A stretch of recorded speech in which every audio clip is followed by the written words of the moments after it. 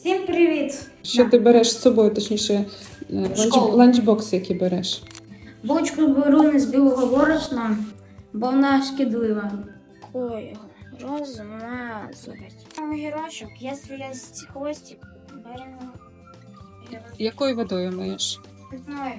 Прям трошечки соли, Сода з гірчицею. щоб всі мікроби звісно з огірка. Чистейший огірок.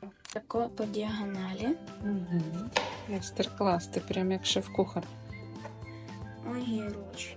Я вчора стату на відбивні готувалася, бачите? Усманики. І притискаємо. Я ще мандаринку з собою візьму. Я ще наберу води, щоб горло не засохло.